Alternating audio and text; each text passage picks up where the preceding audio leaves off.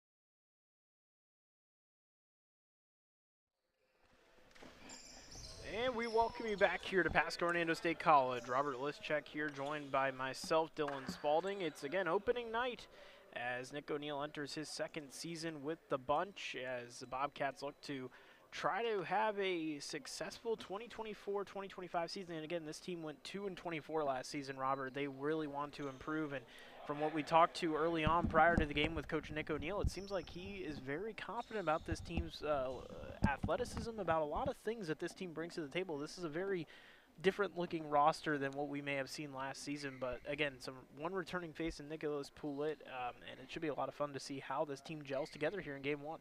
Yes, you know, this team, Nick O'Neill, head coach, told me about this. You know, he said that there is a sense of direction. Last year, really, there wasn't.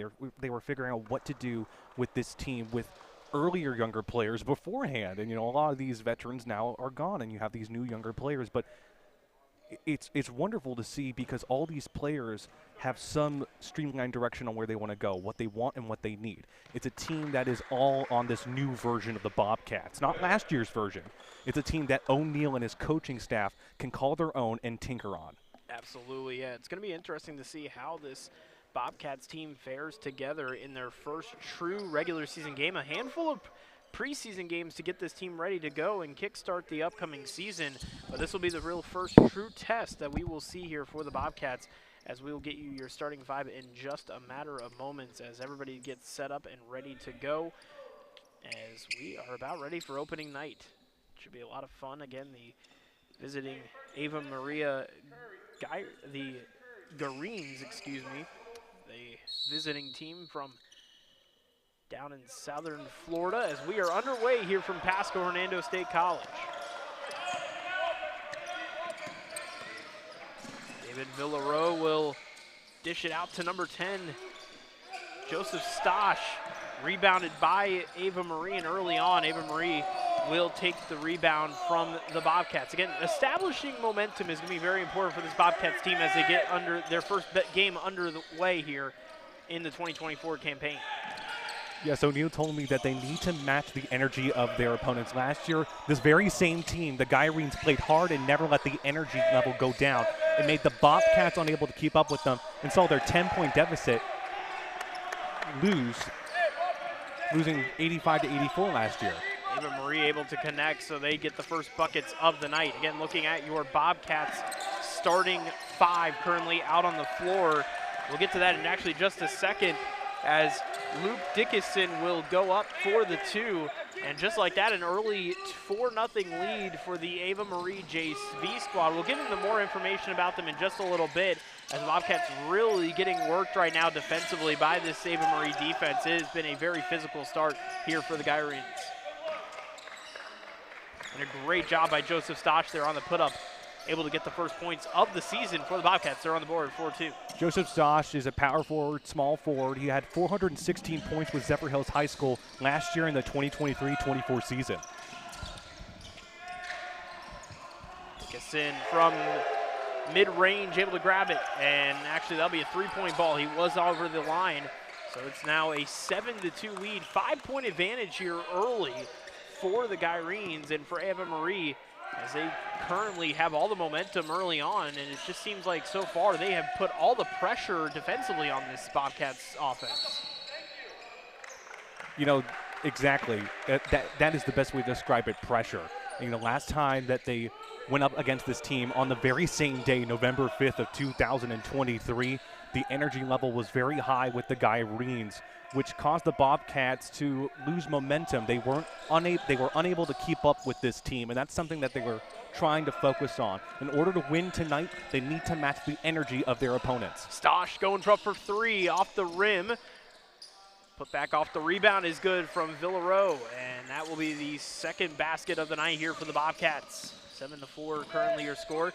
Benjamin Beto was charged with the foul off the push-off there, as that's what allowed the Bobcats to get the pass back inbounds, as now that will be a foul on the Bobcats here for the first time tonight. Actually, that went out of bounds, excuse me. Nicholas Pollock tried to block that. He has actually 182 rebounds with PHSC. He's the only returning veteran this season. So, again, I'm looking for him, especially as a defensive player tonight. John Byers was trying to go up there, but that will be a turnover off the hands of Ava Marie, as they give it back to the Bobcats here. Again, just establishing an identity is going to be so important for this Bobcats team here tonight, Robert, and I think early on, we just haven't maybe seen that yet, but I mean, it's still a lot of game left, and obviously it's only the first true game of the season. I think there's still going to be a lot of gelling that this team has to go through as this team gets going here early on in 2024, 2025. You know, you can't expect them to be perfect. You know, there's going to be some growing pains with this team, but I'm very confident in this team because there is some experience, even though that these are freshmen here at PHSC, I mean, a lot of them are very offensive heavy. You know, you're talking about, you know, John Garcia, he's number 30, he's a point guard. Or you're talking about, you know, defensive players like Justin Vial, he's a small forward, had 4.2 rebounds per game during last season with his high school, South Fork. The actual national average is actually 2.6. So these are good players. They just need to work together. They need to find an identity. Are they going to be offensive heavy? Are they going to be defensive heavy? That's just a question that they're going to have to figure out throughout the season.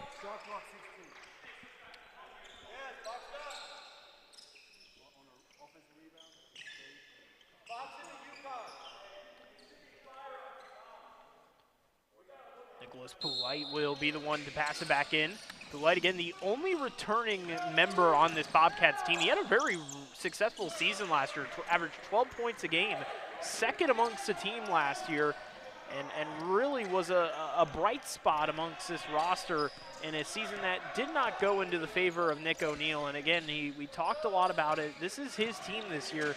He's excited to be able to implement his offensive game plan. He really likes where it's at. Obviously, it's early on, maybe they've been a little bit pressured by this Ave Maria team, but I mean, you definitely have a lot of time to, again, establish, as we mentioned, that identity and to be able to get that offensive game plan you want going into your favor. Yeah, you know, what's good about this matchup, it's not like last year, you know, with this Ave Maria team. You know, this team, Ave Maria, you know, it's a developmental roster. It's not the professional men's basketball team, the higher-up team, but it's still a developmental team. They still beaten PHSC in the past. Some of these players, if good enough, go on to the official men's basketball team and contribute to the program's success. But this is a new team. On the other hand, it's not like last year's where so much of the talent advanced to the major level. Absolutely, and I mean, you make a valid point. Yeah, Ave Maria, obviously a team that a lot of these guys have a chance to make it to the main roster, the NAIA team that plays a very tough schedule, even plays some D1 opponents at times on occasion. Shot off by Simmons from three, that's off the rim. Bobcats will get the rebound. Great pass to Stosh. He's able to draw the foul off the physical play at the rim. It's a great job there by Stosh there. Again, he's not a big guy, but just uses the physicality to his favor and is able to push his way towards the rim and draw the foul. And this will give him 2 chances from the line. You know, I really love that pass by David Variel, number 23. His RPG average is 6.5 last year at Central High School. It was a good connection. That's the thing that they talked about as well. They want good connections, good passes, because this is going to be a very defensive-heavy team, Ave Maria.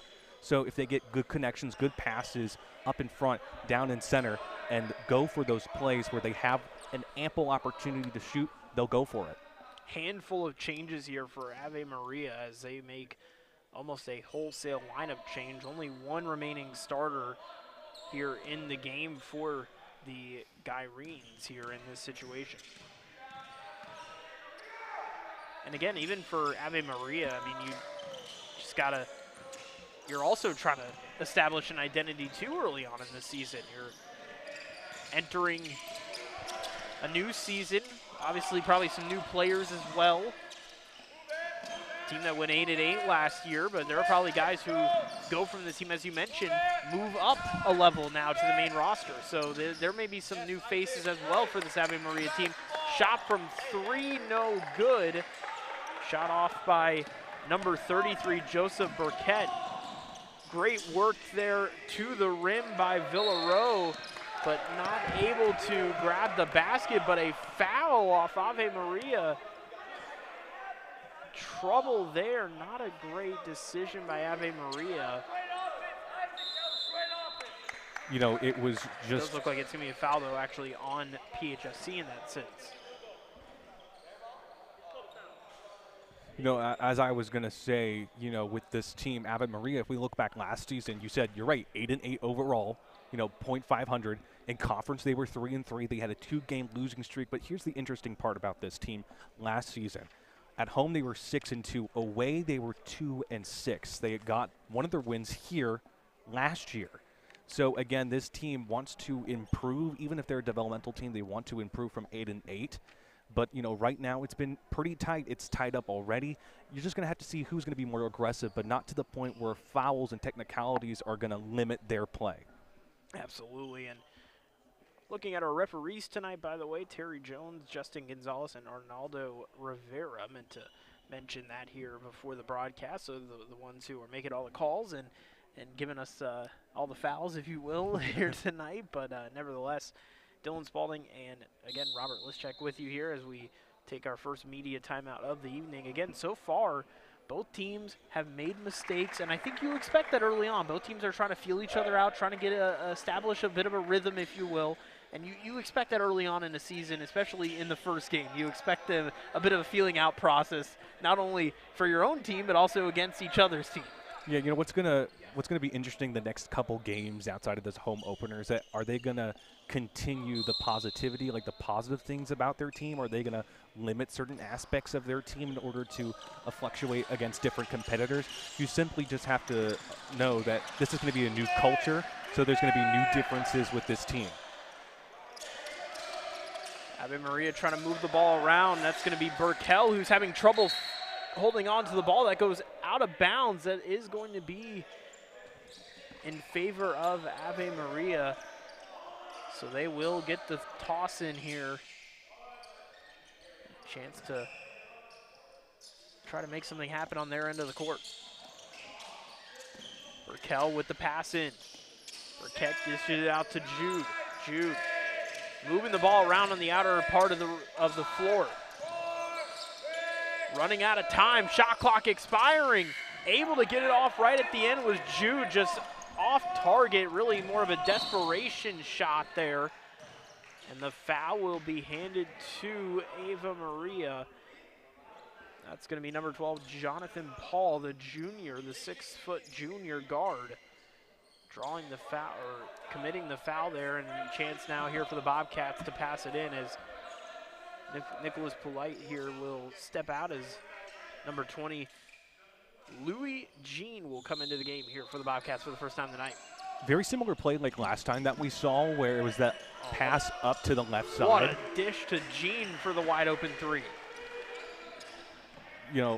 Sorry about that, but, I was noticing, again, that pass onto the left side, and then number 12 trying to shoot.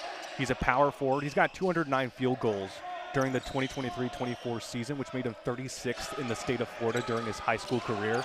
Again, a lot of great talent here at the Bobcats' end. Well, the Bobcats giving out some defense, and that's going to be a charge. Great work establishing the defensive side for Jean, and after making an impressive three, the wide open three as well, the Bobcats now able to draw the foul there. The offensive foul going in Ave Maria's way, and now the Bobcats have a chance here to try and add to their lead here. 10-7 now, the first time they've led here so far in this contest, as number 4, Chris Cristales will come into the game.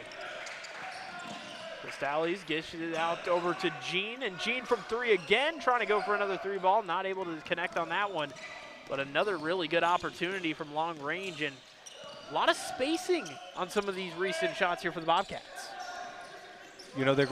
This is an aggressive team. Ave Maria, we just saw that charge, a very aggressive charge. So they're spacing so they're able to go and find that open spot. There's a lot of spacing. You don't know where one player is going to go on that right or left side. So, again, good job of the Bobcats with the spacing, and good job of limiting the aggressiveness. Let Ave Maria get those fouls, get those technicalities, so they're able to shoot more and pass more down to the center and left side.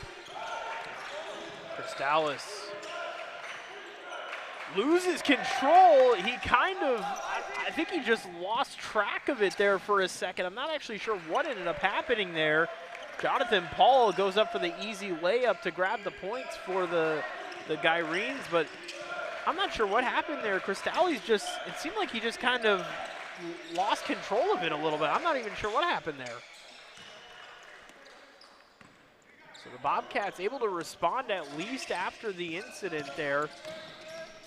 Able to grab a couple points and still lead this thing here 12-9. We're 7 minutes in here in opening night of the regular season for the Bobcats.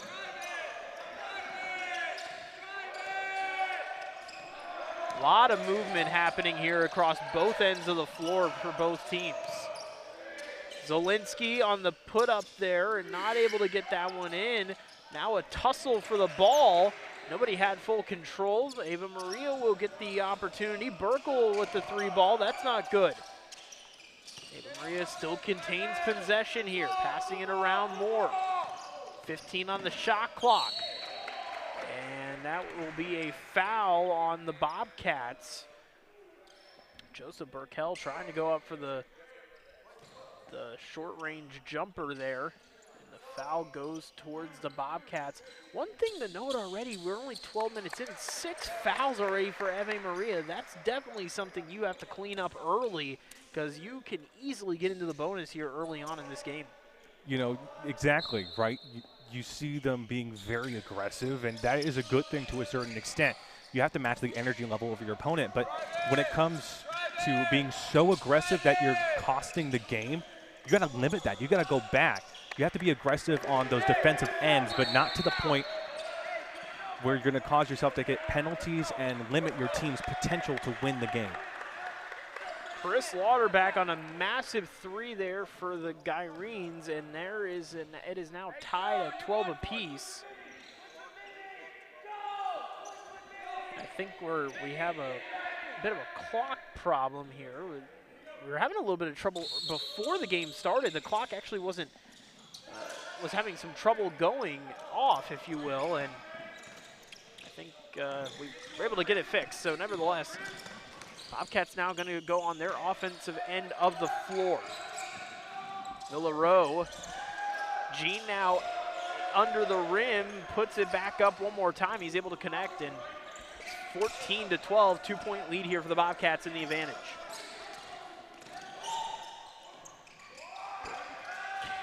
Burkell not able to get that one up. Second chance opportunity on the rebound, and it's going to be a stoppage of play. Burkell is down.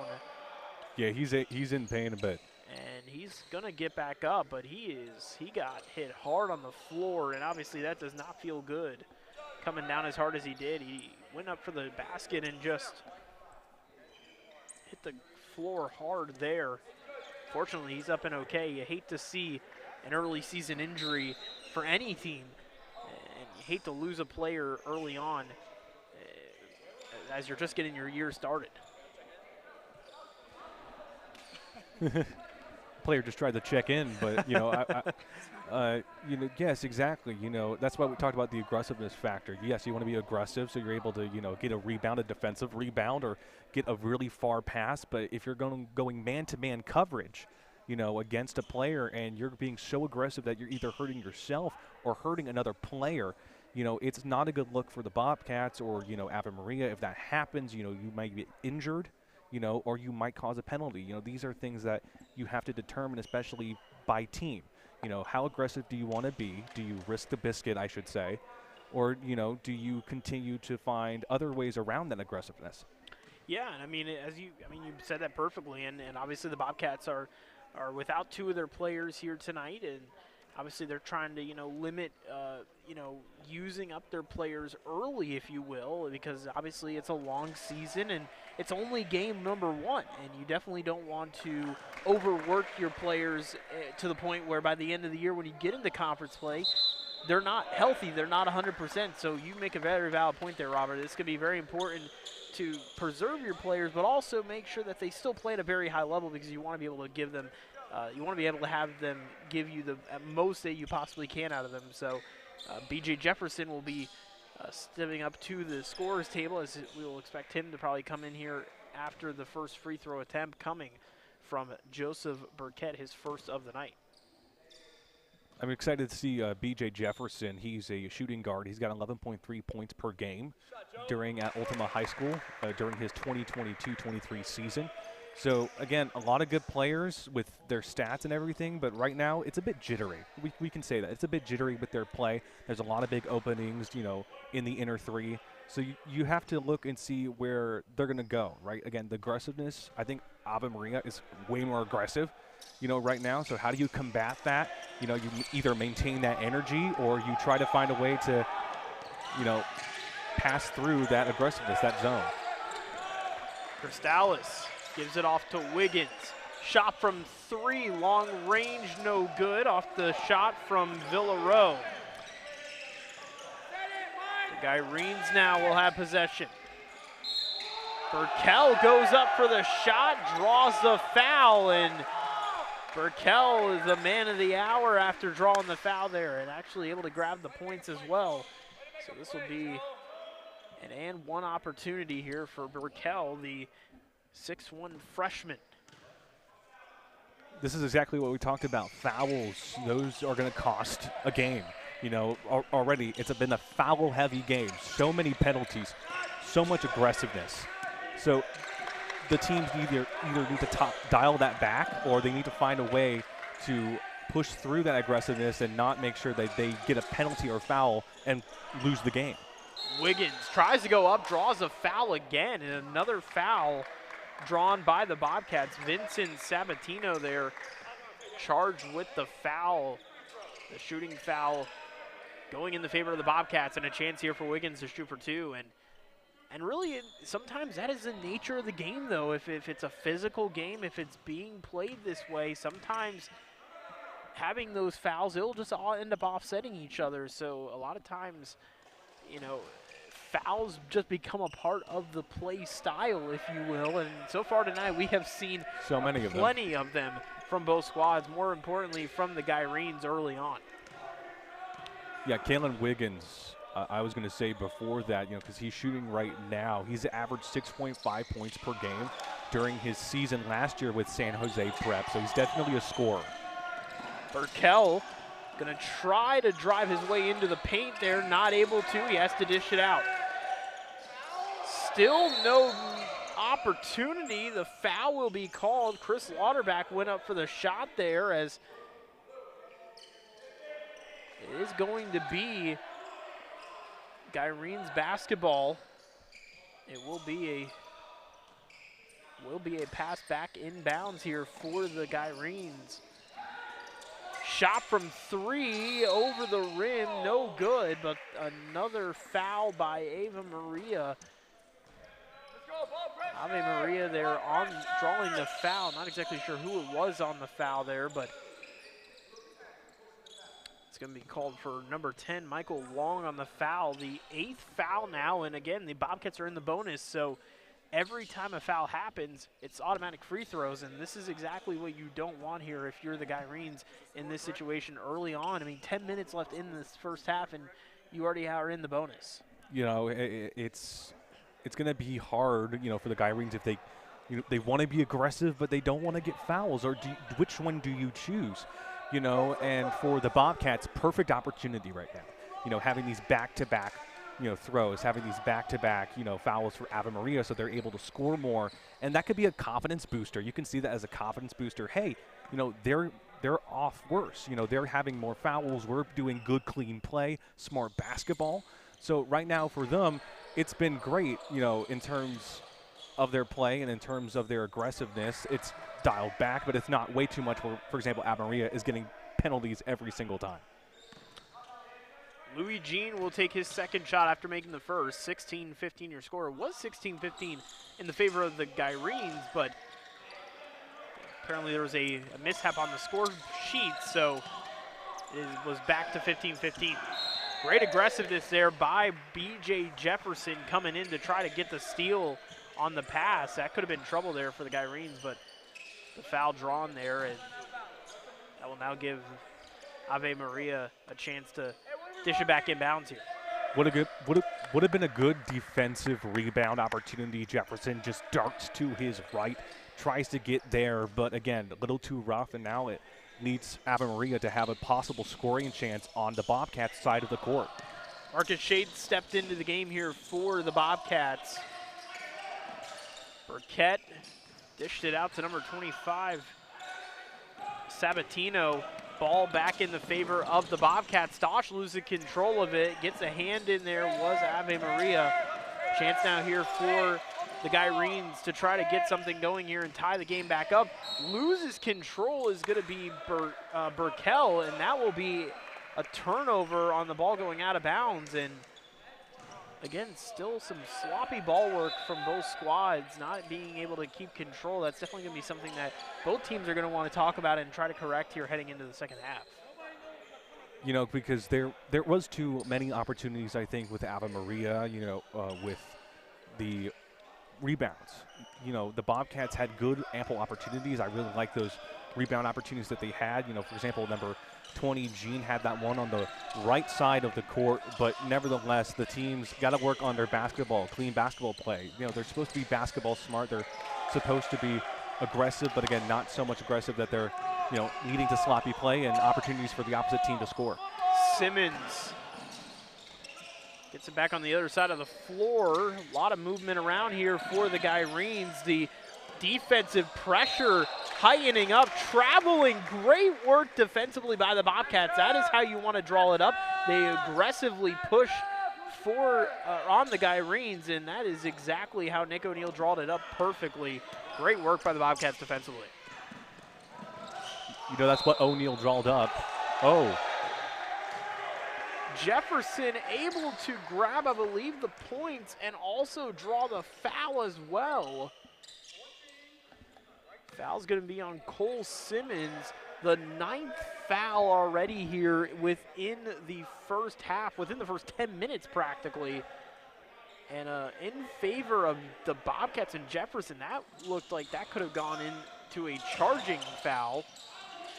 Put back again. What work there by, I believe that was Stosh who made the play. Impressive job. And the Bobcats able to double up on their points.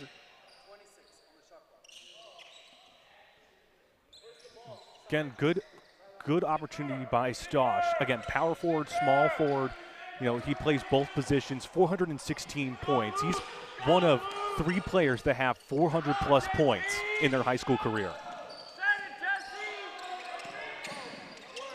Byers trying to work something out.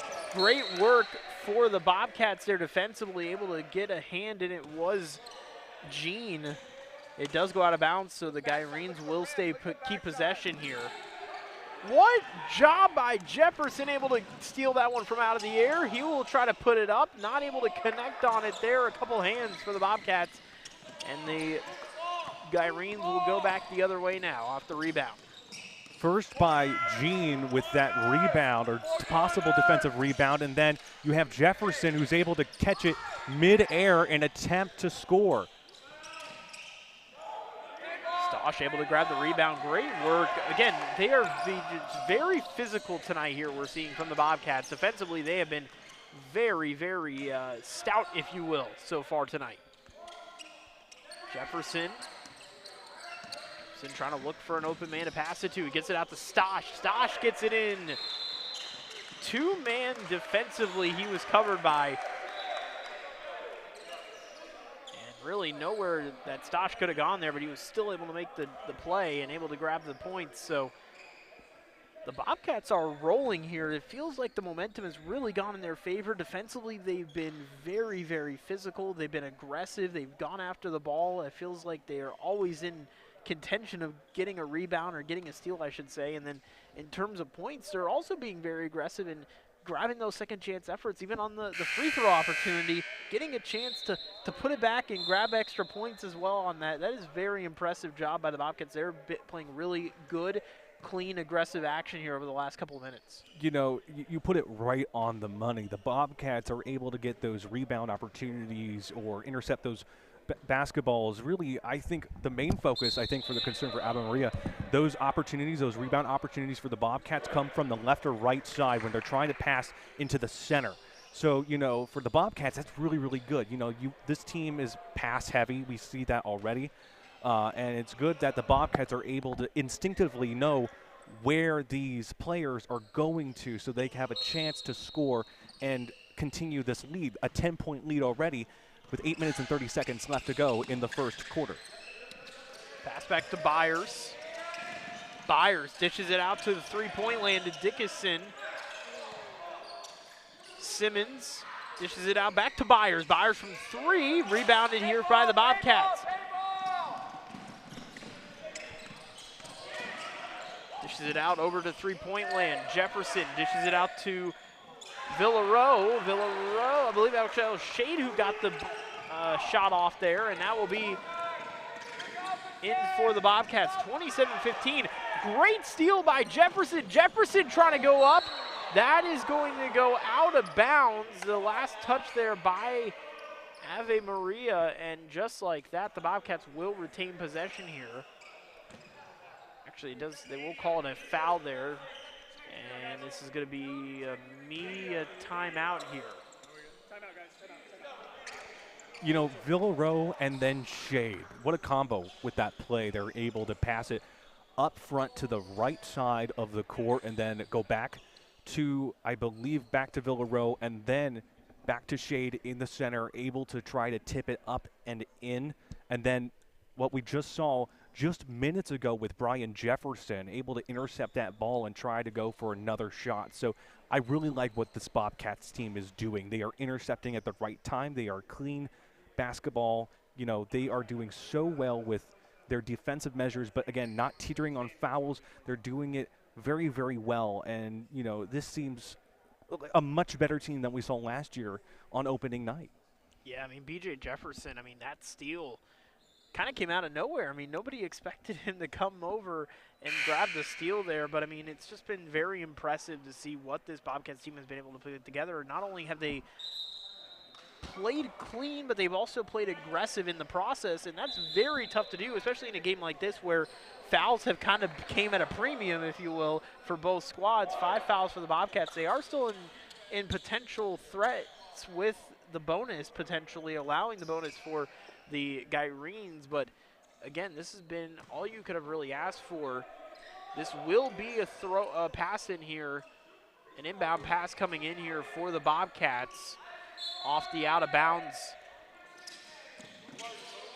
play that just ended up happening a few moments ago. Shot up by Wiggins. Wiggins able to get the second chance effort. He's physical in the paint. Great work by Jefferson putting it back up. And again, the Bobcats really are doing well on their second chance efforts. Wow, look at Shade come out of nowhere. Definitely a burst of light, if you will. No shade for Shade. And just like that, the Bobcats able to grab some more points again. And it has been an impressive showing here over the last handful of minutes, as Villarreal will head to the line to shoot for two. I have to stress to you again once more that their defense, their defensive rebounds, their interceptions, they're at the right place at the right time. They're able to get to that ball where there's nobody around them up until the very end of the court where it's too late. This is a great series of events for the Bobcats, and the momentum is swinging right in their way with a 32-15 lead right now with only 7 minutes left to go. Villarreal able to grab the final free throw shot. Shot from three land is good by Michael Long, and a huge three-point shot off by the Gyrenes. And Michael Long and the Gyrenes really needed that shot to get in, because it has been a bit of a struggle here these last couple of minutes. The Bobcats have just dominated on both ends of the floor. Shade here looking for an open man to pass it to. Stosh out to Jefferson. Jefferson now going to drive towards the paint. He does draw the foul, and that will give Jefferson a chance to head to the line to shoot for two. And that will be fouled. The foul will be on Jonathan Paul.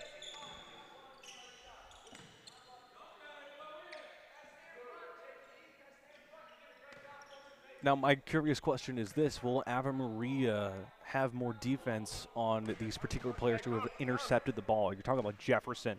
You're talking about, you know, Shade. Are they going to have more men around them so they're unable to reach to the ball? If there's a wide pass, a far pass, we'll just have to wait and see. But right now it seems like they're still trying to figure out what to do with this Bobcat offense, but specifically Bobcat defense, because the defense has been so far the story in this game. Jefferson able to grab the second chance effort there on the free throw, as Bobcats lead it here 34-18, and more mistakes happening for Ave Maria. As you can see, communication here between number 10, Michael Long, or excuse me, number 30, Chris Lauterbach, and number 25, Vincent Sabatino.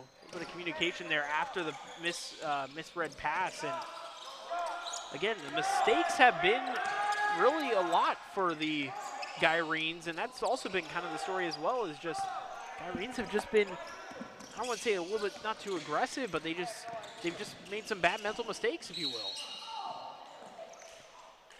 You're right on the money with that. I mean, with the team, yes, they are aggressive, but again, the communication has been all over the place. We just saw that with the passing of the ball, where there's multiple defensive rebounds for the Bobcats. And then right there earlier, what we saw with that play, you know, the ball went over the head and it was out of bounds, and it led to the Bobcats to continue their scoring efforts.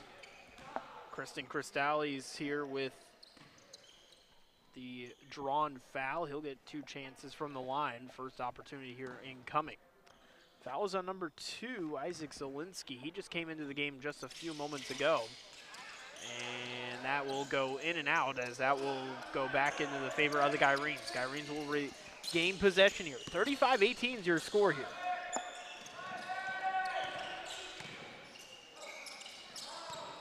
Gyrenes moving the ball around a little bit here, trying to make something work. It just has not been their night here early on. And that's going to go back into the favor of the Bobcats, as Michael Long loses control of the ball. Back to the Bobcats' favor here. Cristales now.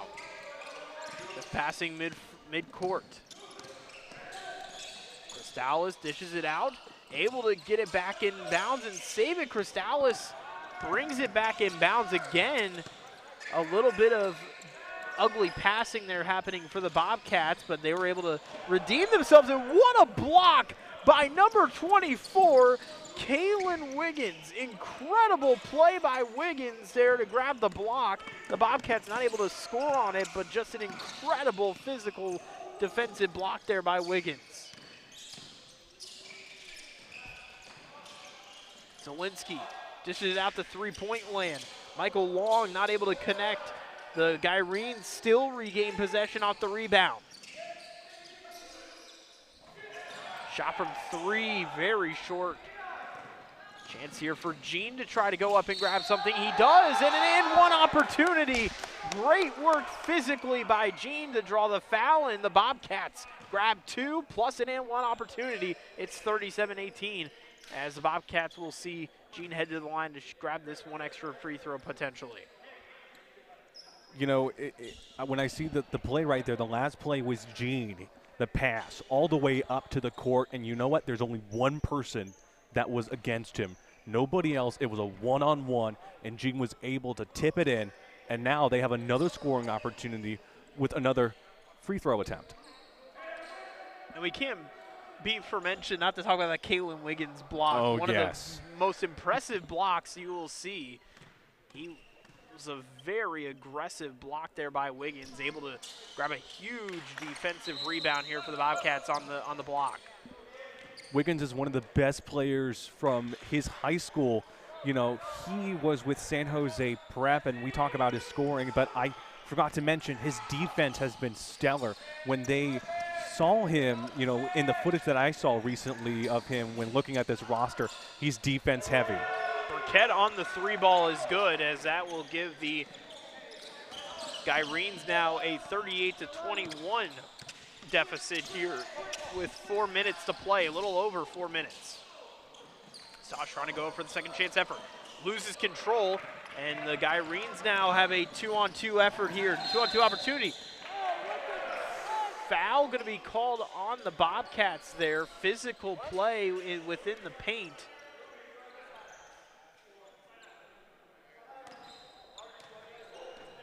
Actually, it's going to be called on Ave Maria, actually. So we were kind of waiting on what the confirmation was there. But, yeah, Ave Maria will be the one charged with the foul. So Bobcats will regain possession again. The foul still killing Ave Maria here, and that was an offensive foul in that instance.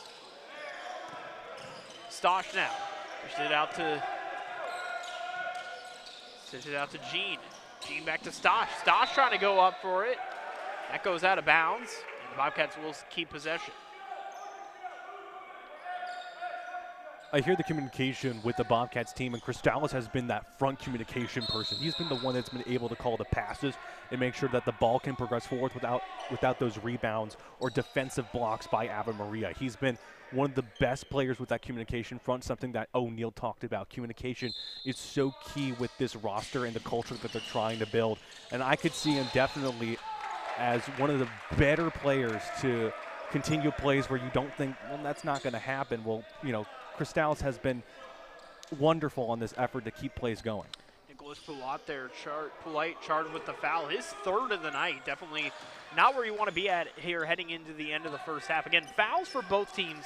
Definitely something that needs to be cleaned up. That's got to be something that's extra important for both squads heading into the half. You definitely don't want to draw this many fouls. It's worked in the favor of the Bobcats, but now you're getting to the point now where both teams are about to be in the bonus.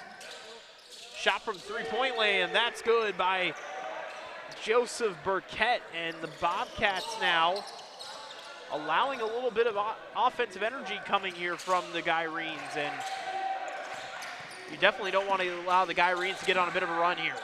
Shot from Gene from long range. The tip up there by Polite didn't work in the favor, but how about that?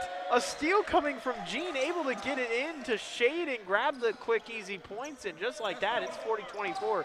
And again, the Bobcats defensively on these steals have been super, super big. There it is again. Once again. Cristales to Shade on the dunk. And talk about the Bobcats being defensively present. They have been impressive tonight, coming out of nowhere on some of these steals and really just pinpointing it. It's almost like a cornerback intercepting the quarterback. It's just right place, right time. You put it right there, and the passing is something that we need to talk about so much. And I just said previously with Cristales, was able to get this between the leg pass to Joseph Stosh, and then able to further that play with what we just saw by number 12, Marcus Shade.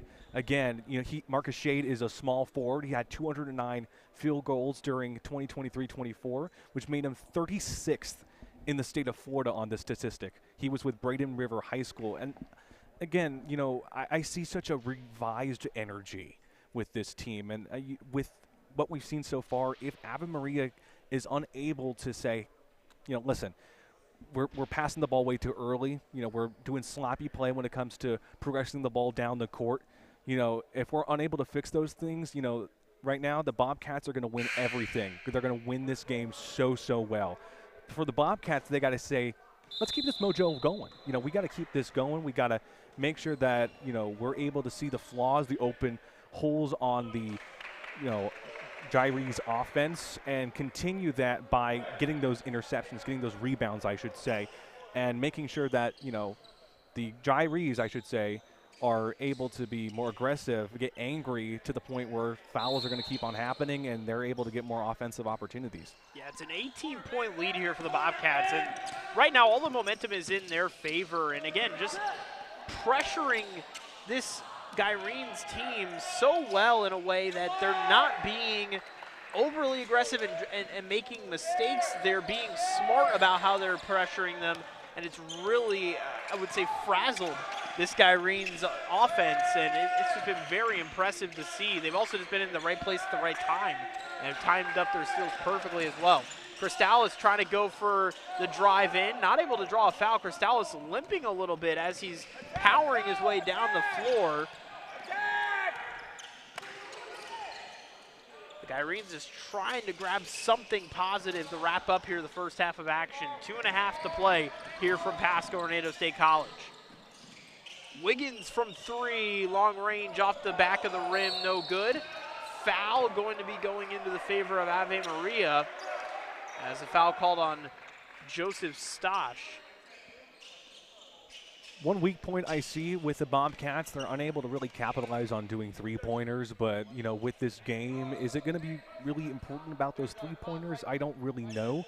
But again, right now, the Bobcats are still trying to roll, make sure they don't have any additional fouls or mistakes. But I like their play. I like what they're doing. If they can keep up the momentum here with their offensive play and their defensive rebounds, they can clearly win this game. There's already a 20-plus point deficit.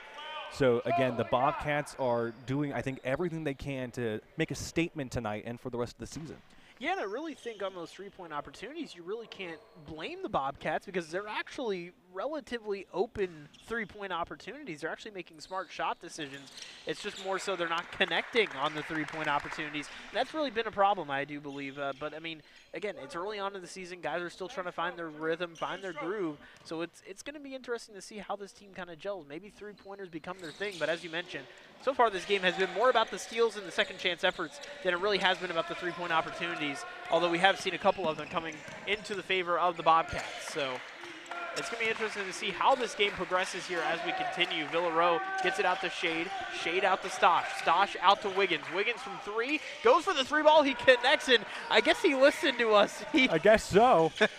Wiggins able to connect on the three ball. Wiggins with all the time in the world to make that three-pointer. And another interception. Wow. Rebound right there by number 10. What a steal by Stosh. Stosh not expecting that pass over into the paint. And the Gyrene's able to get possession back. But that is really, again, the story that has been the steals and just how they've been able to intercept them so cleanly and so easily as well. And again, more defensive pressure causing mistakes for the Gyrenes. 45-27 currently your score, 18-point lead with a minute and a half here left to go in the first half. It's been a fun game so far here to kick off the opening of the season, and really what has looked like a much improved Bobcats roster here for 2024-25 as we close out the first half here in just a matter of moments. We'll have a quick post-game, or excuse me, quick halftime show before we exit for a bit of a break, and then we'll be back obviously for the second half of action and get you ready for the final 20 here from Pasco-Hernando State College. Great work by Shade on the kind of behind the back shot there, able to grab the basket, and Bobcats now up by 20 here in this contest. Shot from three, long range by Dickinson, able to grab the three. The big man on the shot is good, and just like that, it's now a 17-point Bobcats lead with under a minute to play. And if you're the Bobcats here, what's the idea here? I guess still trying to get points, obviously. Great pass. Gene from three, not able to get it there as the Gyrene's able to now gain possession back. The Gyrene's trying to finish out the night strong. Zielinski from three, off the rim, rebounded by Stosh. Stosh now getting crowded. Stosh had to get it out. He does to Wiggins, and now the Bobcats will go the other way. And you imagine they're just going to run the clock out and hopefully try to get that last second shot. You know, with the Bobcats, with the last 10 seconds coming up, you know, the momentum has been on the Bobcats side, but they got to continue that energy. They've been very energetic. They've been so aggressive, not just in terms of physicality, but as well have been able to intercept those passes and run back and forth, not necessarily focus on three-pointers, but again, focus on a defense-heavy system in order to catch the Gyrees off guard. 10 minutes, Coach. Yeah, it's been an impressive performance here so far for the Bobcats. Again, 17-point lead as they head into the half. Great work defensively on that end of the floor after the Gyrenes were able to get the rebound, kind of putting some pressure there, not allowing the Gyrenes to get out like a last-second opportunity there. But again, 47-30, and so far the story has been the defensive presence that this team has brought. Aggressiveness, they've been poised, they've been detailed, they've been able to make steals really seamlessly. It has been a very impressive showing. I've been very happy to see what this team has been able to do here on the defensive side of the ball. You know, we have to see what this Bobcat team's going to do for the rest of the game, but, you know, I'm thinking that O'Neal right now is saying, hey, we love the momentum, we love the spirit of this team right now in terms of this first game. It's exciting. I know there's a lot of nerves. You could see that in the, early minutes of this game if we saw that. And right now they're on a rhythm, and that's so important. They're on a rhythm right now. They always wanted to maintain some sort of identity and rhythm, especially after last season where they were all over the place. They may have been up 20 and then lose by 10. And it was a different factors and everything like that. But so far, the Bobcats themselves have focused on a defense-heavy system. They focused on making sure that they're able to rebound and also not make sloppy passes. There's been great passes that we saw either from the left or right side, underneath a player's legs, going around. Yeah.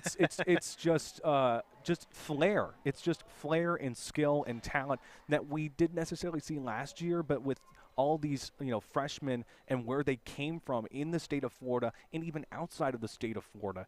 They have been truly an improvement from last year, and they're hoping to continue that with the rest of the season. Keys to the second half. What do you got for us, Robert? For the second half right now, I'm looking at, Ave Maria, right? They've had, good play, but then, at the end of this quarter, they were just, flatlined. They had early aggressive momentum, but that aggressiveness was so much it caused them to have fouls and penalties that limited their offensive play. So I'm looking at Ave Maria, and I'm thinking, what can they do to improve and maybe catch up with them? And the first thing I think of right now is that they got to limit their aggressiveness, not so much where they're a mouse, but, maybe a medium-sized cat, right? They have to make sure that they don't get those fouls or penalties. The second thing I see is they need to pass better. There's so many sloppy passes that we saw, and that led to the Bobcats seizing that opportunity. So they need to clean their play. They need to make sure that they are not so aggressive to the point where they're going to get penalties, and just get better communication. There's always one or two players on the Bobcats that were always communicating with each other the entire time, setting up plays. Meanwhile, when I see Ave Maria, I didn't see that at all. So again, we just have to see where this team is going to do for the second half of this game, but I'm looking at those factors if they're going to be able to win tonight. 20 more minutes left to go here from Pasco-Hernando State College. It's 47-30 as the Bobcats lead here by 17. Heading into the second half of action, we're going to take a quick break. We'll be right back here around a minute before the end of the halftime period, so we'll be back here in a little bit as we'll take a quick break as you're watching Bobcats basketball here on the PHSC YouTube page. Here for the Bobcats for the first time tonight. Very similar play like last time that we saw, where it was that pass up to the left side. What a dish to Gene for the wide open three. Trying to look for an open man to pass it to. He gets it out to Stosh. Stosh gets it in, putting it back up. And again, the Bobcats really are doing well on their second chance. Evers, wow, look at Shane come out of nowhere. Definitely bounds again. A little bit of ugly passing there happening for the Bobcats, but they were able to redeem themselves. And what a block by no chance here for Gene to try to go up and grab something. He does, and one opportunity. Get on a bit of a run here. Shot from Gene from long range. The tip up there by Polite didn't work in the favor. But how about that? A steal coming from super big. There it is again. Once again. Cristales to Shade on the out to Wiggins. Wiggins from three. Goes for the three ball. He connects, and I guess he listened. In the world to make that three-pointer. And another interception. Wow. Rebound right there by number 10.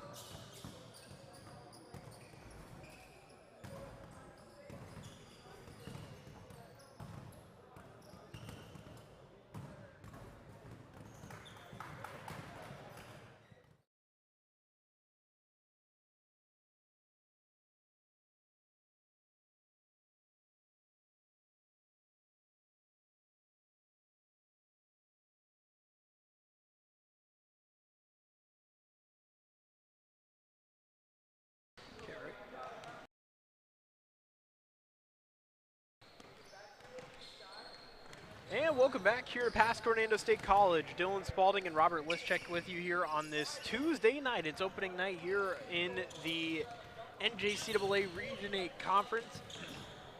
As, excuse me. A little bit excited. I'm dying. Here, you take it.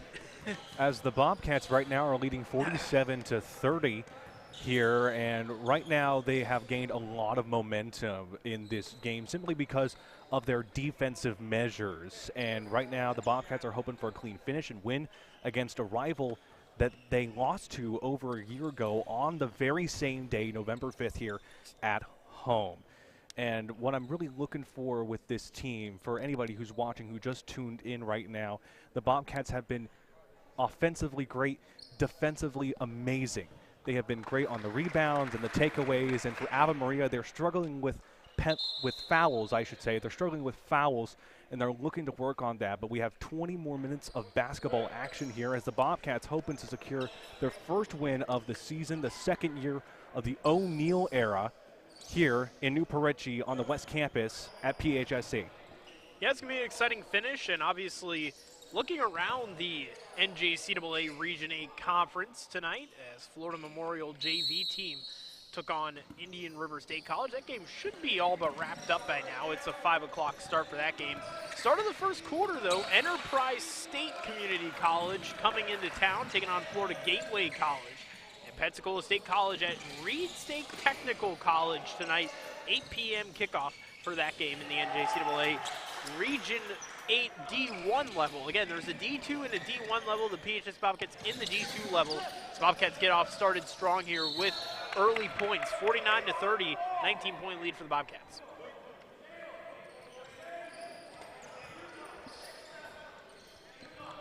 Overall, pretty much the same starting group out here for the second half that started the game tonight for the Bobcats. Same goes pretty much for Ave Maria as well. Rebounded by the Gyrenes here. Shot coming from Simmons. Simmons from three, not able to connect on it. And that's no good, and the Bobcats regain possession. Wiggins out to Polite. Polite on the shot from three off the backboard. And that is going to be a foul on Ave Maria. Cole Simmons charged with the foul there, and early foul troubles already here for the Gyrenes, as again, we talked about that early on. That was going to be something that we probably wanted to see cleaned up for the Gyrenes, is the foul troubles. You know, that's exactly what we were witnessing. You know, they want to have cleaner basketball play. You know, the head coach or assistant coach for the Gyrenes said you had any open opportunity, there was open spaces. They want to make sure that they have open spaces to shoot, but not to the point where they're, you know, roughing it against the other side of a player getting aggressive. They want to make sure that they have clean basketball play as the Gyrenes are hoping to make a possible comeback, but we have to wait and see on that front. Good work by Byers there on the putback opportunity. Bobcats now going to look to try to respond here. Stosh going up here, physical play. Polite still had a chance there to get that one in on the putback there. Kind of tipped it up to try to get that one in. And now the Gyrenes will have an opportunity here on their end. And that will be on the Gyrenes there as that goes out of bounds. So the Bobcats here will have possession on the turnover here for the Gyrenes. Again, just for the Gyrenes here, they have to build some sort of momentum here. They cannot be stagnant, especially with how big of a lead that the Bobcats have here.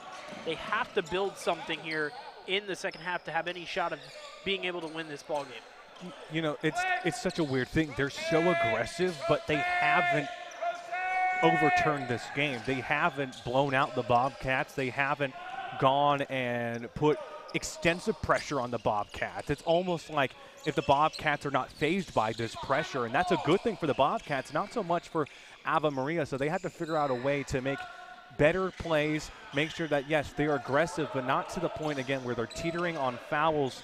And, you know, with the Bobcats and their synergy right now with their passability, you know, the Bobcats are so far having a smooth game. Shade able to get that one in on the put up in the paint right at the rim, able to grab the point. 53-32 lead here for the Bobcats. 21-point advantage, the largest lead they've had all night. Shot from number 35.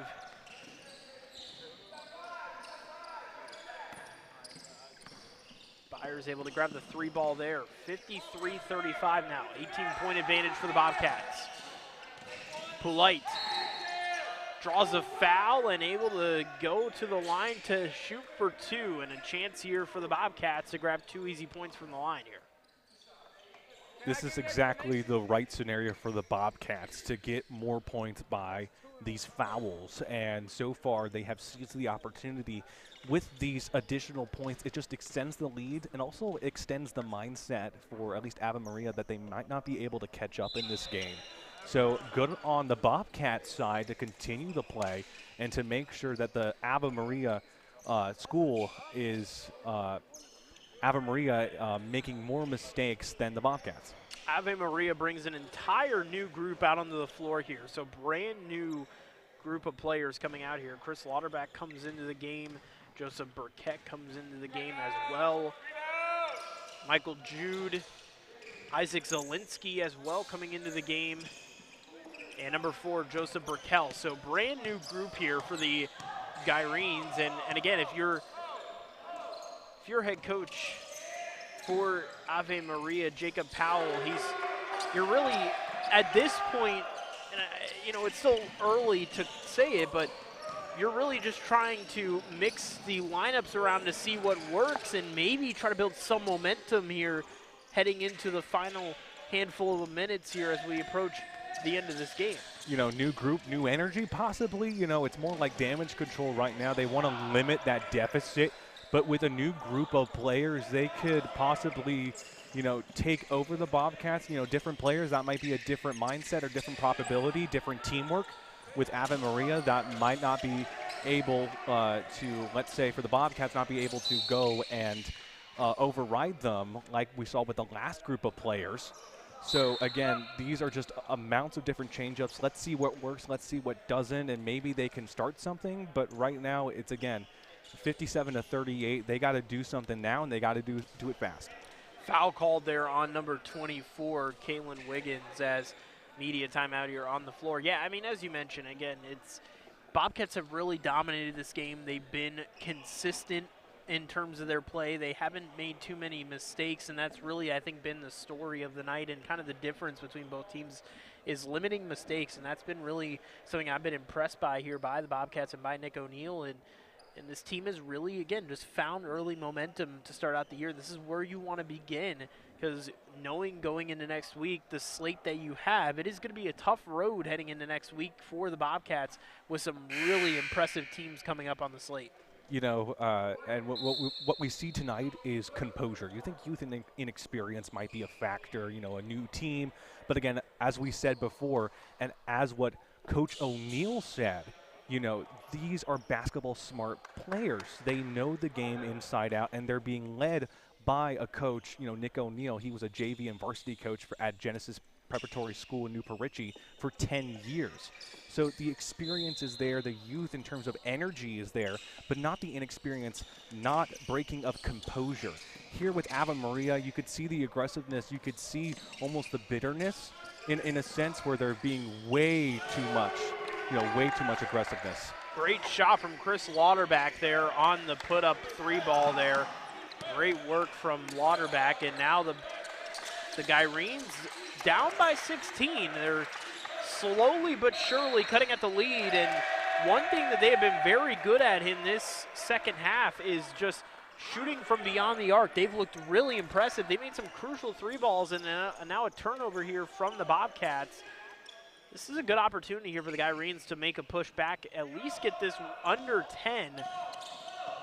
Might have a shot here if you're the Gyrenes to maybe put something together, especially if you can get to under 10 points within 10 minutes to play. I think that would be a good spot here if you're the Gyrenes. You know, the Gyrenes with their three-point probability has been extremely high. The Bobcats not leaning towards three-pointers. They have missed several three-pointers, but they're focused more on the defense aspect of it. But right now, with Ave Maria and their offensive capabilities, they may want to change that. You know, I'm looking at Gene Garcia, number 30. I hope that Gene Garcia can try to make some action here. He has 3 points made during his season with Park Vista High School, which made him second in the statistic among 7A District 13 basketball players. So, again, the Bobcats may want to switch up something here.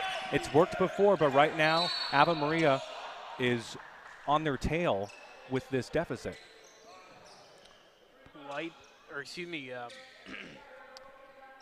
Number 33 for Ave Maria, Joseph Burkett, charged with the foul.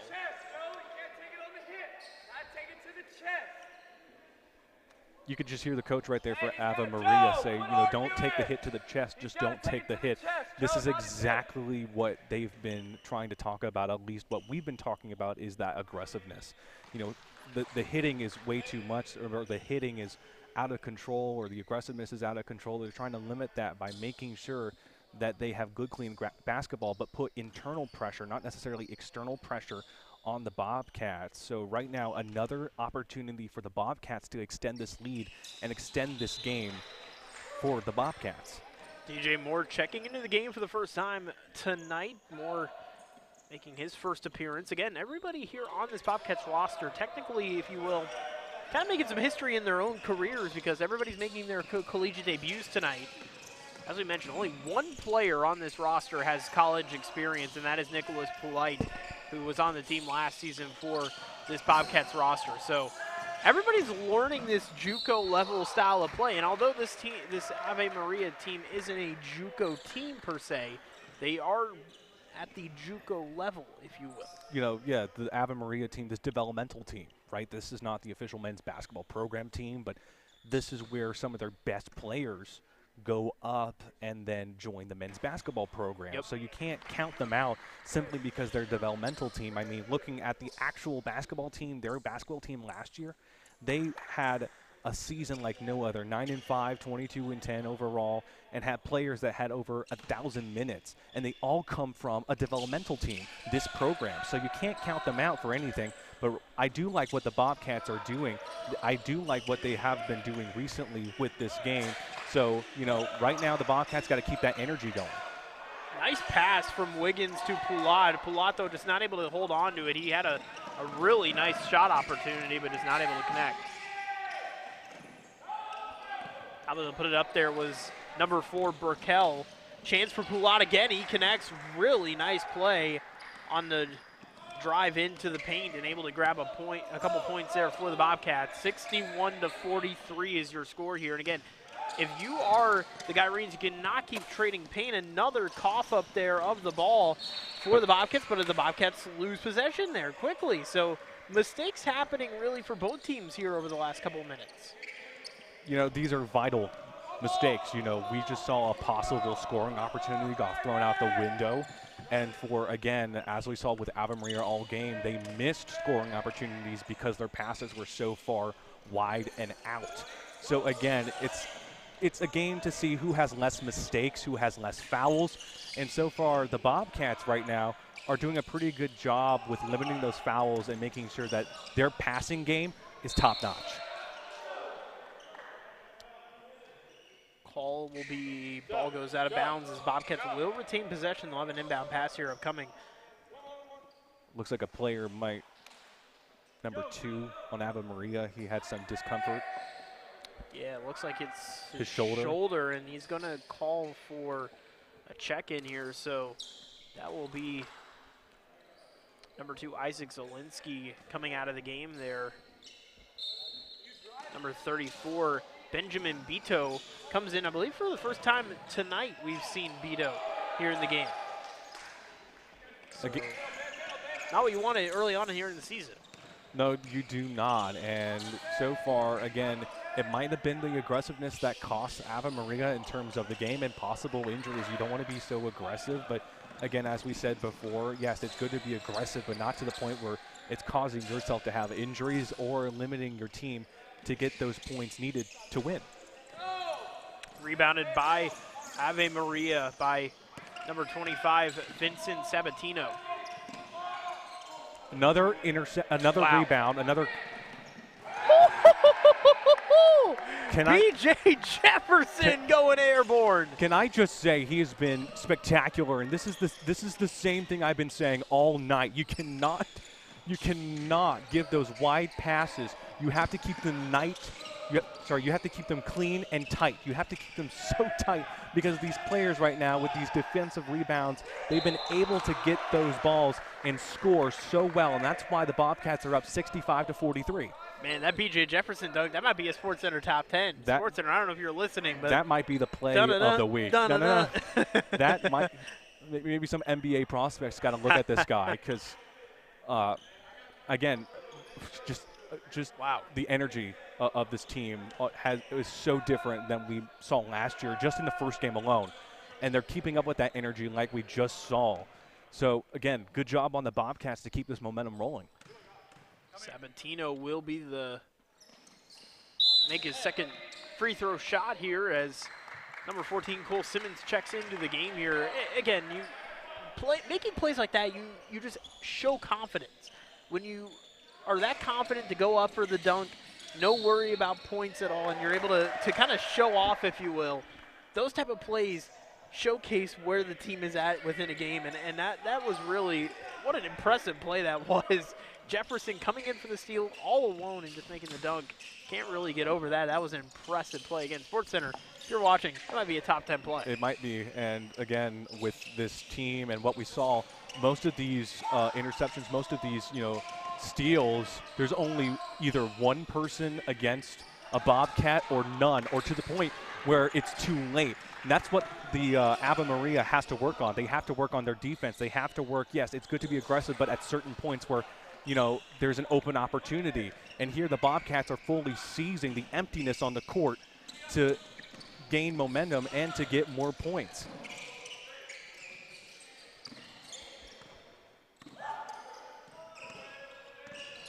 Byers dishes it out to Simmons. Simmons out over to Rotuno. And Beto able to grab the bucket. And just like that, the Bobcats now are up by 20 again. So 20-point lead here for the Bobcats. 11 minutes to play, a little over 11 minutes to play. Off the top of the backboard. That definitely was not going to go in for the Bobcats there. As Byers now trying to get some work here, trying to make something happen. Gyrene's moving the ball around effectively off the back of the rim. Second chance opportunity here. Byers trying to go up, grabs a foul. And that will be in second chance opportunity here for the Gyrenes. And this is going to be immediate timeout.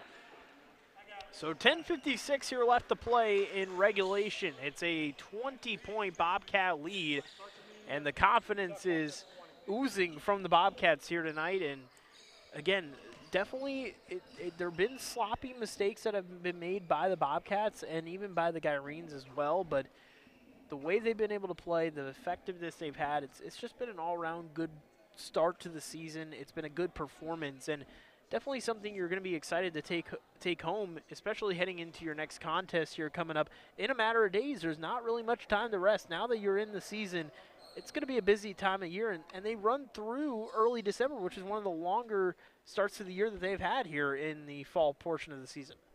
And we have to see, here's the main question. Will this energy hold up? Right? We have to look at last season just as a reminder. They had a 15-game losing streak. At home they were 1-13 away, 0-9, and neutral 1-2. They had some close wins, or if they tried to get close wins, they only had 2.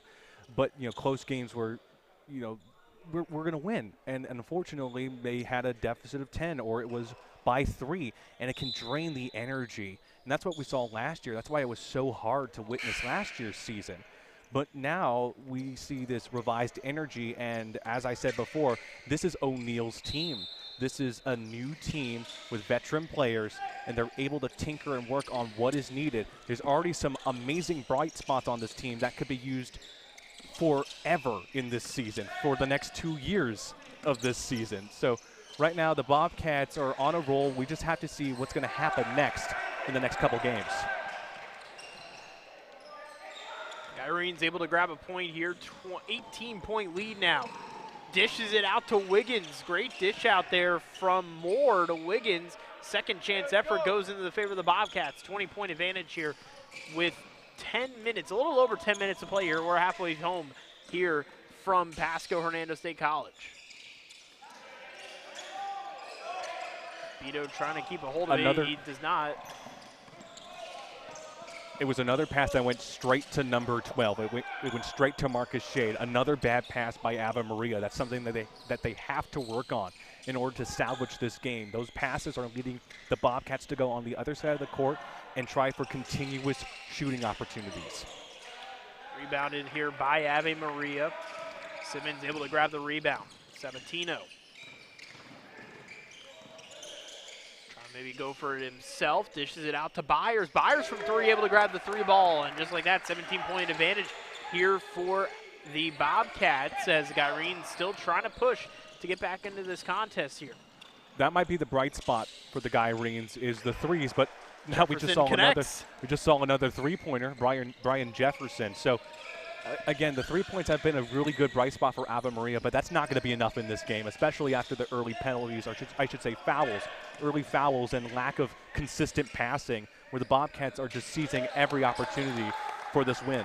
3-point again from Cole Simmons, and yeah, I mean, again, you get these 3-point opportunities, and you obviously connect on them if you're Ave Maria, which is great, but the only problem is the Bobcats have been able to respond, and that's been a big problem here if you're Ave Maria is, again, the Bobcats have been able to respond offensively, and it's limiting the chances that you'll have to potentially get back into this game. So, again, there's still 9:05 left, still a decent amount of time for Ave Maria to get back in this game, but as the clock continues to wind down, the possibility of the Bobcats winning becomes more and more likely, and so far, again, the Bobcats have played very well. They've been able to work around the paint a lot, and really, again, their work at the basket has been really impressive to see. Yes, exactly, where there's those tight corners right below the hoop, and they're able to score because there's, again, only one or two Ave Maria players on that side. It's like a 1v2 or 1v1,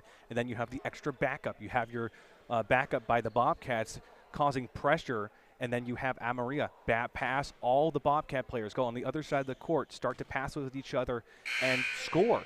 It feels like that. It's just doing a repetitive cycle where even with Ave Maria with those three-pointers, every bad pass they've made, it has led to a positive for the Bobcats in terms of the scoring opportunities and even getting those takeaways. So right now the Bobcats are on a roll. You have 9:05 left on the clock, and let's see what Ave Maria can do. Can they bounce back here? It is possible, but again, Ave Maria's got to get better. They have to have cleaner basketball.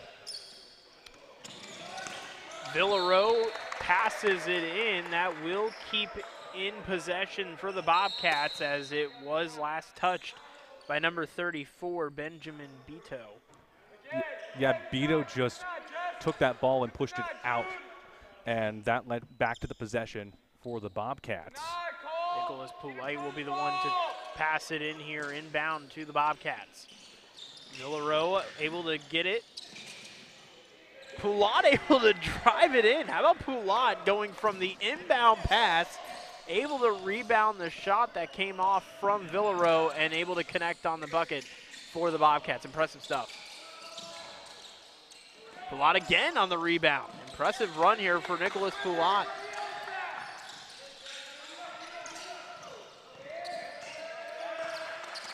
Jefferson trying to work his way around. He does finally. A very impressive play by Jefferson. He almost connected on the basket there. The one-on-one coverage has been hard, to say the least, for Ave Maria. Jefferson was able to go all the way and try to score. You had three or four players by Ave Maria right there, and Jefferson made it all the way and had an almost good attempt to score. So right now, we have to see if the Bobcats are going to continue this energy with 8 minutes and 30 seconds left, but it seems like it. They're on a good, happy roll right now, and Ave Maria is just still trying to figure out what to do and how to stay consistent. Jefferson just doing such a good job of getting physical, trying to get around the defender and just making that room, and that can be challenging, especially depending on who you're defending or who the defender is that you're going up against. It can be really challenging to find that space to get around and trying to make an open seam to get down into the paint. So impressive job by Jefferson there, as Ave Maria now trying to find some sort of rhythm still here. They trail by 20. They've had a lot of good opportunities. They've definitely improved here in the second half, but a big early lead here in the first half has really set them back, if you will, in terms of having a chance to maybe contend. Physical action under the basket, a foul on the play as the Bobcats will retain possession. The foul is going to be on Beto. Yeah, Benjamin Beto. And, you know, like we just saw, again, possession is so key in this game. And the transfer of possession has been towards the Bobcats. That's been the best advantage for them. And that's how they're able to continue to score. Almost relentless scoring. They're able to continue to play without, as Ave Maria scores. Yeah, Jesse Rotuno. Yeah, as Ave Maria scores on that one, but the Bobcats continue to play because of the transfer of possession, because it's so easy for them to do because of the defense by Ave Maria has been inconsistent. Fast-paced movement now here going between both squads across the floor. Poulat not able to keep that in bounds. Ball will be overturned, and now mistakes happening here for the Bobcats. And this will be a media timeout, the final media timeout of the night. And again, it's just mistakes there for the Bobcats. That was really good pressure, though, by Jesse Rotuno there on the other end of the floor, really pressing. And that's what you have to do here at this point if you are the Gyrenes. It's 7.5 left here to play in action. It is a bit of a sizable lead. You still have an outside chance of maybe finding a way to come back in this, but you just want to be able to finish out strong here and at least make this game seem somewhat close, because you just don't want to have to drop a game like this in this fashion where you're down by 20 and maybe things just didn't go the way you hoped. You know, it's the focus on pressure right now, and you know the Gyrenes are having some internal pressure right now, and we saw that all night. Even in the first, you know, early moments of this game, it seems like the Bobcats were able to compose themselves well enough, even with the outside pressure, that aggressiveness, but you know, internal pressure from the Gyrenes here, you know, with the passes, with the plays, with the, you know, misuse of defenders. It's been all over the place trying to figure out the pace of the Bobcats and match it. So right now the Bobcats are in a very good spot. They can finish this out strong. They just have to continue what they have been doing best, which is the changing of possession, that defense, and again, their shots with each other. Yeah, absolutely. Looking at the schedule coming up here for the Gyrenes, Monday, November 11th, they'll take on Fort Lauderdale Prep. So a couple days off before their next matchup, which will be next week, about a week away from their third matchup of the season. They'll then take on Forges Sports Academy on November 14th, and then the Bobcats will actually come into town for the final time that these two teams will meet up on November 19th. So in 2 weeks' time, we'll see both teams meet up once more for the second and final time of the season. Again, it's a two-game home-and-home series, if you will, here this season against both squads. And for the Gyrenes, only 4 road games this season. Almost all their games are at home. That definitely has to feel nice as a team to be able to play a little bit of home action. But again, these two teams will meet up in 2 weeks' time, and we'll see if maybe this score kind of repeats itself, as great work by Jefferson there on the drive to the rim and able to grab the points for the Bobcats. It's really been an impressive showing by B.J. Jefferson tonight. A lot of great players tonight showing their best efforts in their first game, setting the tone. Again, Jefferson, you have Moore, you have Palat, Cristales. All of them have been really great tonight and have shown good confidence in this team, reinstating the culture that the Bobcats desperately needed. So this is definitely a good sign. Polite trying to go for the block there, just not able to in time, and the points go in the favor of the Gyrenes. Foul is going to be called on number 34, Benjamin Beto. So the 5th foul of the second half for the Gyrenes, as that will be his 3rd of the night, personal foul.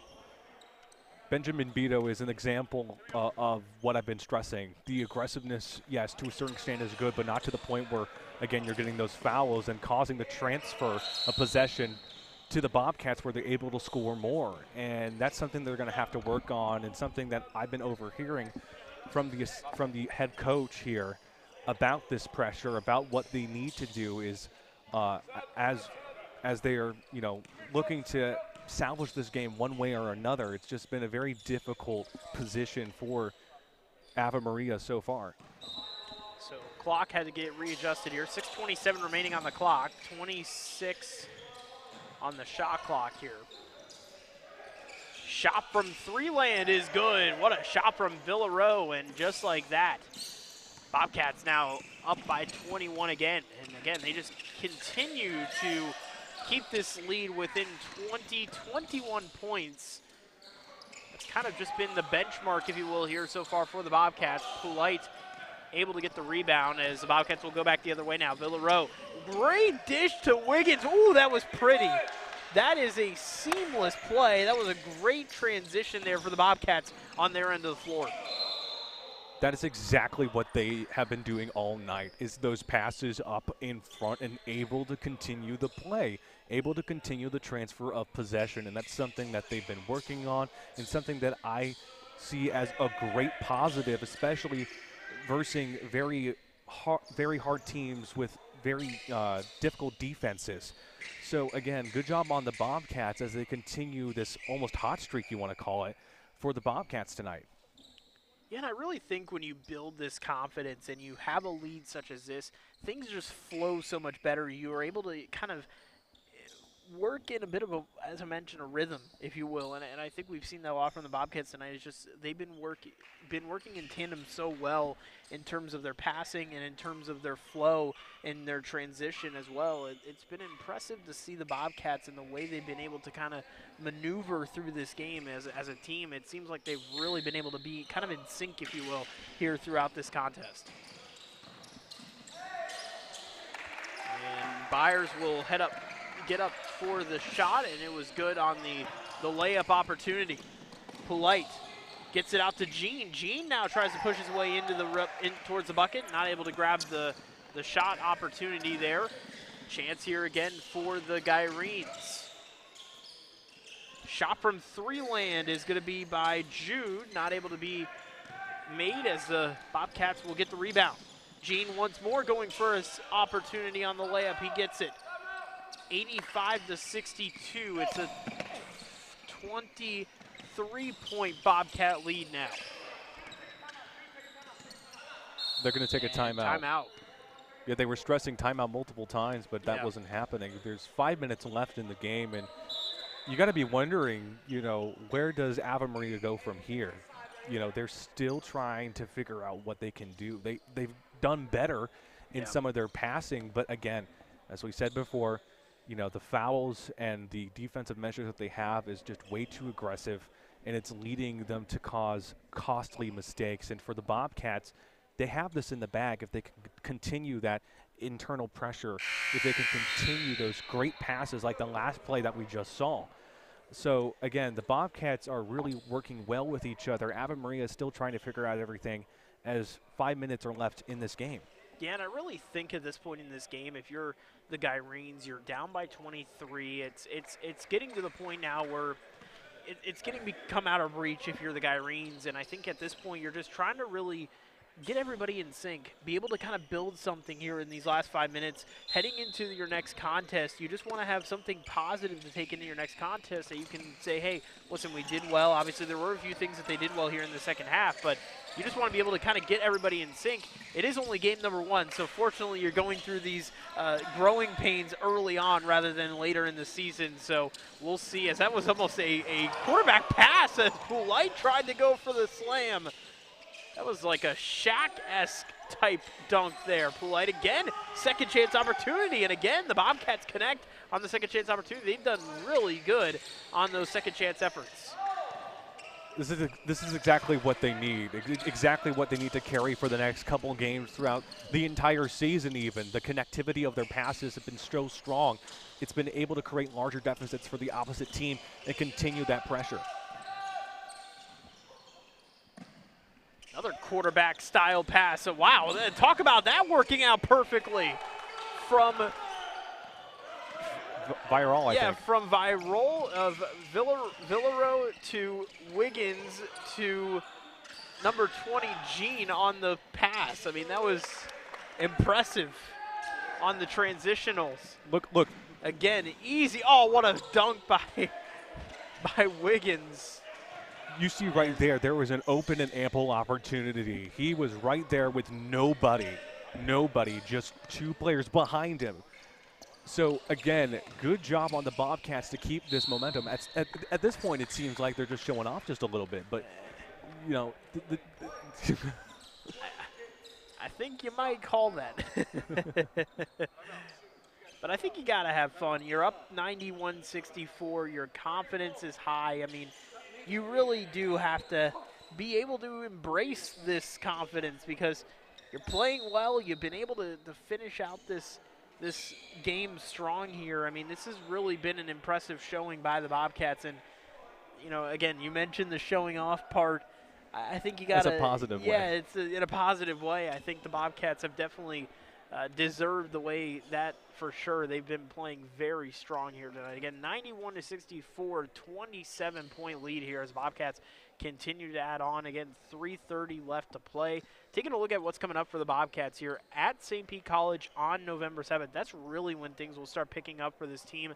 November 11th on Veterans Day, Florida Sports Coast Elite comes into town. Really good preparatory school. We were talking to Nick about that. And then not much time to prep. HCC comes into town for one of the more bigger games of the season. HCC, very dominant school. So while this game has been a relatively strong performance, things aren't going to get easier for this Bobcats team. They got a couple of major matchups, and then they go into November 15th, next Friday, at Santa Fe College. It's going to start picking up a little bit. This is, you know, there's going to be some tougher matchups here coming up here on the slate for the Bobcats. They definitely got to be dialed in, and this is a good way to start to begin being dialed in for some of these really tough NJCAA opponents. Yeah, they got to streamline what is best for them, what have they done that's been so successful, and how can they convert that into the next several games, the next several weeks. And again, this is a team that, you know, Coach O'Neill and his coaching staff are going to be able to tinker, are going to be able to look back and reassess and see what they're able to do in the long run. Longevity is the key, especially in basketball with such long games and a long season. So right now the Bobcats are opening this up with positivity. They're opening up with, I think, one of their best performances in a long time. And now they have to look back and they have to analyze and see what can we do, how can we go even farther from here. Couple additions as well, by the way. Gene Garcia, Isaac Priester, and Justin Beal all checked into the game here for the Bobcats, all making their first appearance of the night, as they'll most likely end the game here for the Bobcats. 91-66 your score as the Bobcats look to just try to shut the door here on Ave Maria in the final 3 minutes. And again, it's been an impressive performance. The Bobcats looking for their first home win since November 15th of last year when they beat Ave Maria here at this stadium. Now, these two teams played each other on November 5th a few years ago, but this would technically be if the stat sheet says it correctly from NJCAA.com, this would be the first official win for the Bobcats since that date, because they did have a win that came via a forfeit. So the first official played win since November 15th, almost a year since their last win, and that's definitely got to be a positive, even if you're Nick O'Neill as well.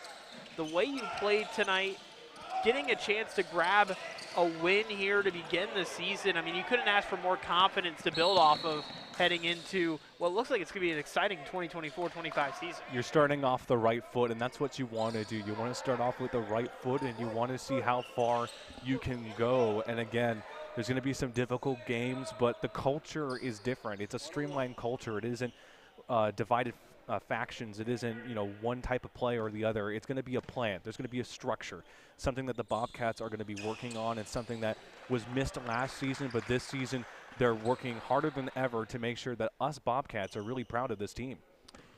Nick O'Neill obviously saying slow down, keep calm. Obviously, final 2.5 minutes, you're just really trying to end off on a positive note here as Ava Maria able to grab the rebound there off the steal And now the Bobcats here getting a little bit of pressure as, again, this is that inexperience coming into play here a little bit. Beal able to get the pass cleanly, traveling off the Bobcats. And now, if you are the Bobcats here, you don't want to allow a potential comeback here for Ave Maria. And as you can see, Nick O'Neill bringing all the usual suspects, if you will, here for the Bobcats, as he'll go back to basically his starting group here, as things just didn't work out too well for the kind of off the bench players, if you will. You know, you don't want to let up, and that's exactly what he said. They said they were leading by 10 points, and then the energy changed. It shifted for Ave Maria. And, you know, right now they're really focusing on to keep the energy high. And we just saw another great pass, a great rebound, I should say, a steal by the Bobcats to shift that momentum, shift that possession. They made a few sloppy mistakes. Now they're reassessing and reevaluating and perfecting those passes and those plays to continue their run. Ball goes out of bounds there, as that will be keep the Bobcats possession. Again, really, if you're the Bobcats here, you don't have to be too aggressive. You just got to let that clock wind down. Yeah. You have the advantage. You're up by 17. Don't make mistakes here. As we're awaiting the call. You gotta keep us safe out here. Foul is going to be on number 4 for Ave Maria, Joseph Burkell. So 20 remaining on the shot clock. Actually a positive there for the Bobcats. More opportunity to allow for the clock to wind down again. If you're the Bobcats here, you're just...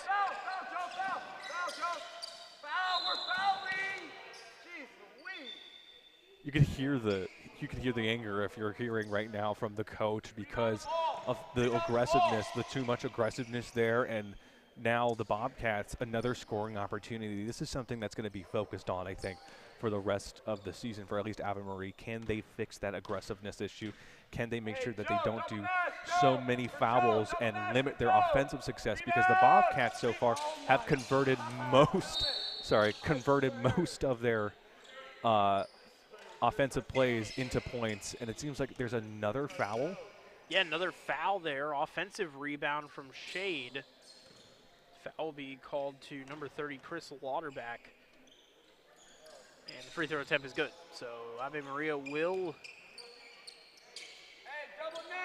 that will be another shot opportunity there. Looks like Ave Maria was gonna do the inbound pass. Yeah, rebound there on the missed free throw shot.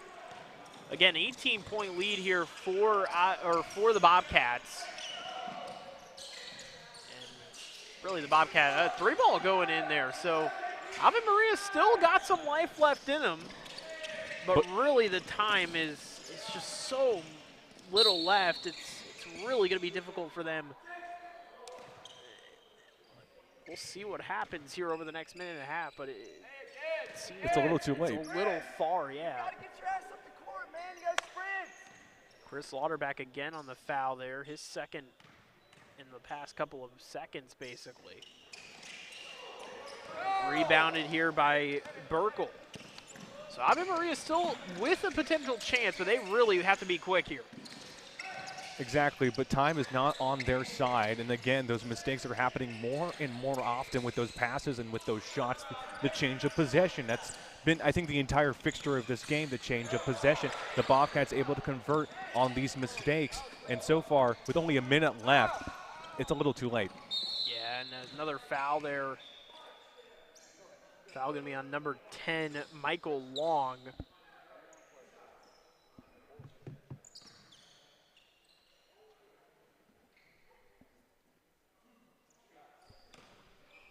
It's going to be Villareau for the first free throw attempt. First shot's good. Burkett comes into the game, as well as Sabatino coming into the game as well. A couple changes here coming in here for the Gyrenes, as make a final couple of changes here with under a minute to play. Villareau on the shot. in and out, and rebounded by the Bobcats. Ball does go back into the favor, though, of the Gyrenes. And again, 55 seconds left here. As the Gyrenes just trying to finish out the game strong here. The Bobcats just looking to try to grab their first victory of the 2024-25 campaign. That was a foul, and the Gyrenes are also in the bonus, so this will be a free throw shot opportunity for Jonathan Paul. No shot called. So Paul, on the free throw opportunity he had, the Gyrenes just went a little too early there, got a little jumpy. So no shot called. Foul again. Sabatino there on the foul. And that will bring, I believe, Shade to the line. He'll shoot for 2. As the clock winds down, and we have to look at our player of the game. We have to see who that is. It's election night for America, but we have to elect our favorite player. And we'll talk about that more as that was thrown for. Yeah, well, let me go see. I could go ask real quick to see who we have as some of our top leaders, and as if you want to take the rest of this home. Yeah. And that shot is missed. Meanwhile, Ave Maria moving up, passes to number 12. Shoots. Shoots again. Large throw. Wow. What a play. Kristen Krisnalis.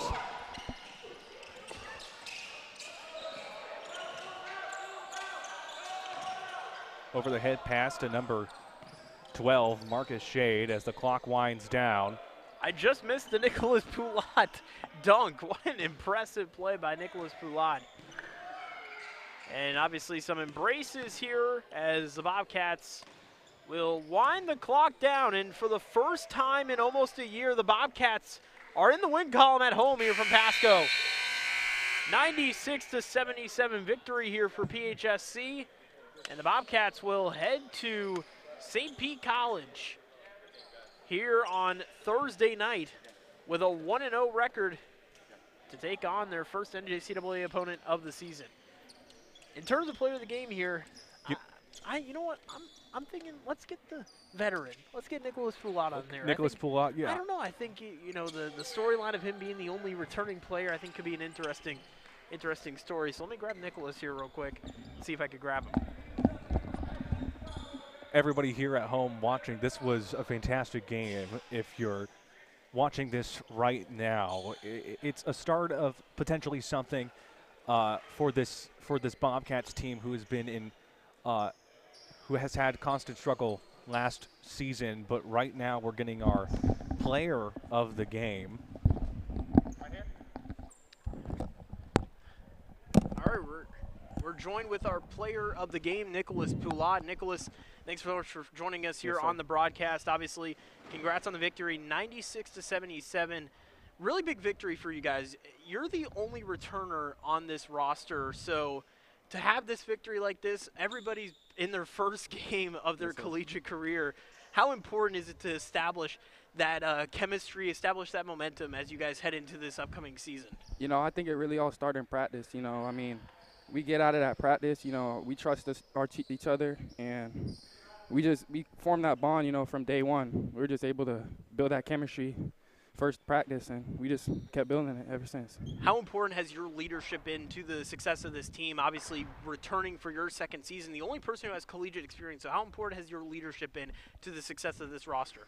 I think it's pretty important, but I think it really relies on everybody just working hard, listening to me, listening to coaches especially. Yeah, I think my leadership has really helped this group, but coaches have really stepped up a lot this year. Robert?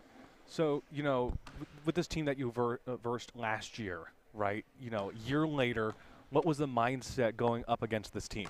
You know, we beat them one time, but we had a game that we lost by 1 point last year. A really tough loss, and, you know, I let these guys know that, you know, we dropped one game to these guys, and we got to come out here and, you know, work our hardest, you know, get after it every single end of the floor, and it showed tonight. I'll close out on this. It's been a year since you guys have won a game here at home. How special is it to be able to grab the victory here tonight and start out the season strong? You know, we won one game last year, but, you know, we already got one on the books. I mean, it only goes up from here. All right. Awesome. Well, go back to the locker room, enjoy the win. Congrats on the victory. Yes, sir. I appreciate it. Thank you. All right, Nicholas Poulay here with the post-game interview, and again, a really impressive victory here for the Bobcats. And again, just having him here on the roster, obviously he's the leader of this team. He's the only returning player. He's the only guy with collegiate experience. He was on a team last year that went through a lot of highs, went through a lot of lows as well. And to be that leader of the team, being the established man here on campus, that definitely is a big, big help because we know who that main guy is in terms of helping these guys get better and continue to grow as players. Yes, and I loved what he said. He said, you know, well, yes, he's a veteran player. All of us are working together. It's a team effort, and you could tell by just the play that they had. It seemed like they were playing for 15 years. They know each other for 15 years instead of just recently, and it shows that you can only go up from here, like what he just said, and we just have to see what the Bobcats can do. It's now a new culture, a new era, I like to call it, with this team. So we have to wait and see, but nevertheless, I think everybody here is excited to see what this team is capable of. Absolutely, and next coming up for the Bobcats at St. Pete College on Thursday, 7 p.m. tip-off for that game on Thursday. The Bobcats heading into that one at 1-0. Obviously, following that, they'll be back home on November 11th, Veterans Day against Florida Sports Coast Elite, a really, really solid prep program, and then Hillsborough Community College in Santa Fe next week. It's going to be a really tough road here coming up for the Bobcats, but a lot of exciting action and a great way to kickstart the upcoming season here, the start of the season, I should say, here for PHSC. So as for myself, Dylan Spalding, as for Robert Lischek, have a great rest of your Tuesday night. Bobcats winning here from Pasco here on opening night of the season. Thanks so much, everybody, and have a great rest of your week. 8 p.m. kickoff for that game in the NJCAA region. Cats are so far having a smooth game. Shade able to get that one opportunity, but is not able to connect. How to put it up there was number 4, Burkell. Chance for Poulat again. He connects. For the first time tonight we've seen Beto here in the game. Number 25, Vincent Sabatino. Another rebound, another. Here. That might be the bright spot for the Gyrenes is the threes, but Monroe able to get it. Poulat able to drive block here. Shot from 3 land is good. The other way now, Villarreal.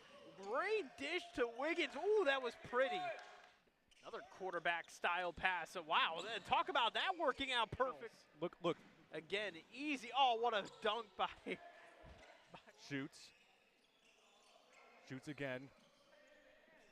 Large throw. Wow. What a